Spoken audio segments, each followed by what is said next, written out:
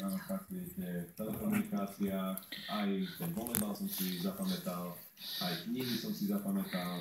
Nie, tam neboli, ale Nie, radšej ich zbieram ako čítam. tak vidíte. No, obsniahli to správa každý. No a vy odtiaľ čerpáte informácie, lebo máte ich dosť. Hovoria, že mám dobrú pamäť. Takže ste vnímali človek, teda si pamätáte. Dobre, Michal, ty tak asi píšte, chcete niekoho pozdraviť?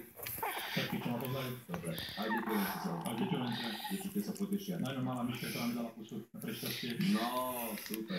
Miška a Tomáš. Tak pozdravujem aj Miška, aj Tomáša. Katka, držíme palce obom našim hráčom. Michal, Katka, druhé súťažné kolo pred nami.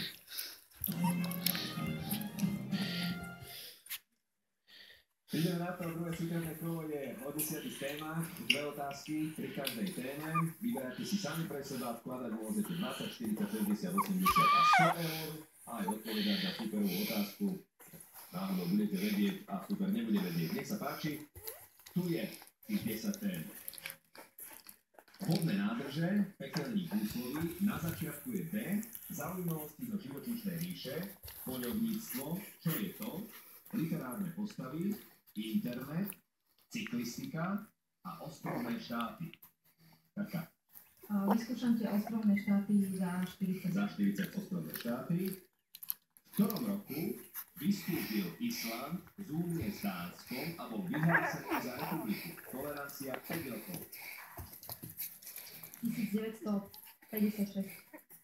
1956 nie.